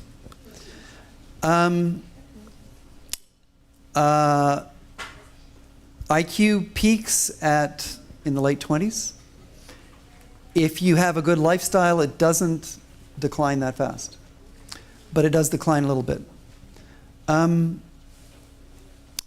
There will be things that will go wrong. In my opinion, by choosing the evolutionarily best tuning of your diet and lifestyle, you can make aging pretty gentle, and you can make the transition to biological immortality earlier and better at a lower rate of death. And all the good pieces of medicine, which have mostly tragically been developed for this double burden of background aging and aging due to being in the wrong environment. A lot of those tools we will adapt to the purpose of keeping immortals alive indefinitely. So I've had encephalitis twice, okay? The most recent time, about a year and a half ago, was very severe. As I had this splitting headache and this raging fever, I was thinking, I hope my amyloid is doing its job. But having survived the acute attack of encephalitis, of course I would have had residual amyloid hanging out in my brain. It's the job of the glymphatic system, that's a G in front of lymphatic, to take the excess amyloid that my body used to fight off that infection, drain it through the glymphatic system in the brain to connect it to the lymphatic system to flush it entirely out of my body. Okay? So my mother has Alzheimer's disease, and she's had recurrent bouts of cerebral infection, including a recent severe attack of encephalitis. Because the amyloid drains through the lymphatic system to a connection that's right by the hippocampus, Alzheimer's is characterized by the hippocampus ceasing to function first. Because that's, if your amyloid flushing system breaks down, that's going to be the first piece of your brain that will get hit. So that's why my mother doesn't remember yesterday. Okay? And often in the evening, she's vague on what happened in the morning. Okay? You need the amyloid, but you have to flush the amyloid. Real physiology is complicated. The stories in the conventional rust gerontology community are simple, which makes them popular with people who are trained as biologists, not as scientists. And the only thing they really like is simplicity. That's also regrettably true of most of the physicians that they train, except for physicians like our new friend over there, and the physicians of the ancestral health movement, and a few others. Terry Walls is another example. Amyloid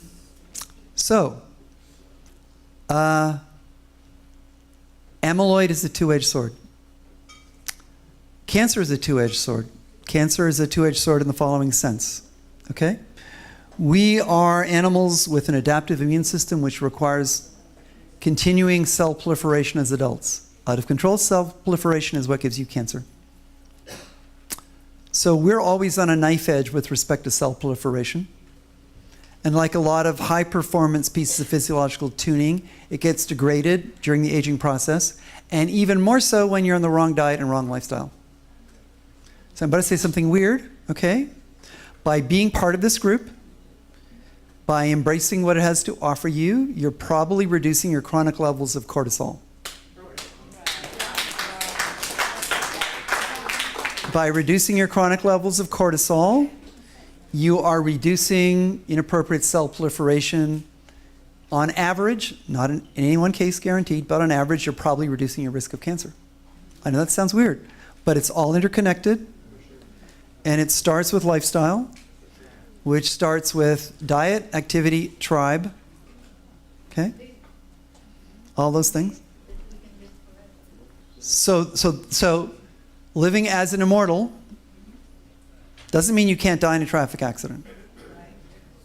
Okay? I can't do anything about the traffic on the 10 freeway. Okay? It's still there. I avoid freeways.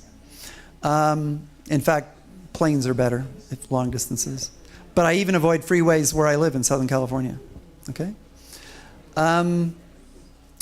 So being an immortal means you embrace the idea that you could be alive in 200 years or 2,000 years. Okay? Or you could die tomorrow if a semi jackknifes on the 10. And I can't change that.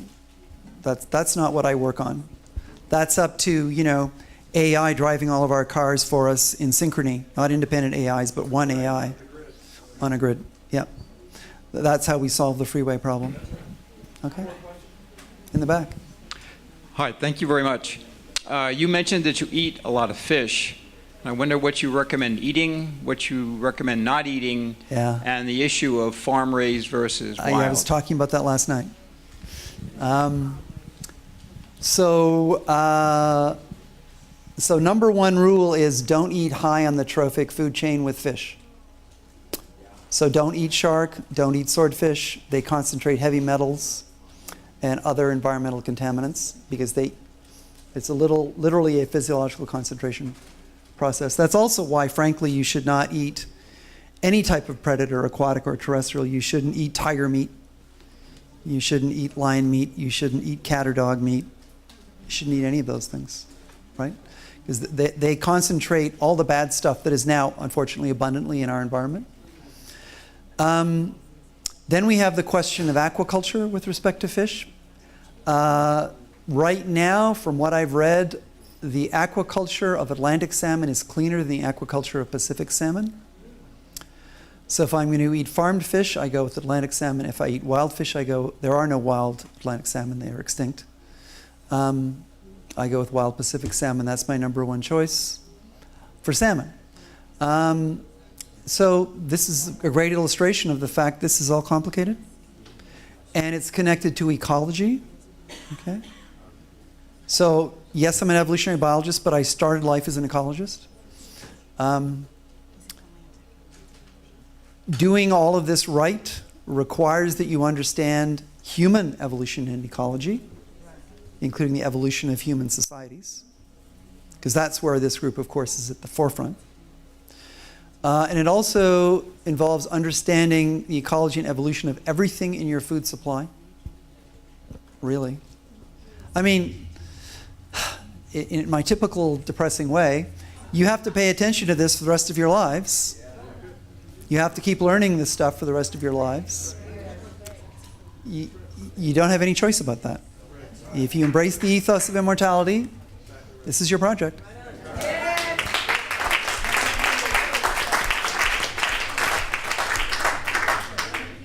Okay, fantastic. Thank you so much.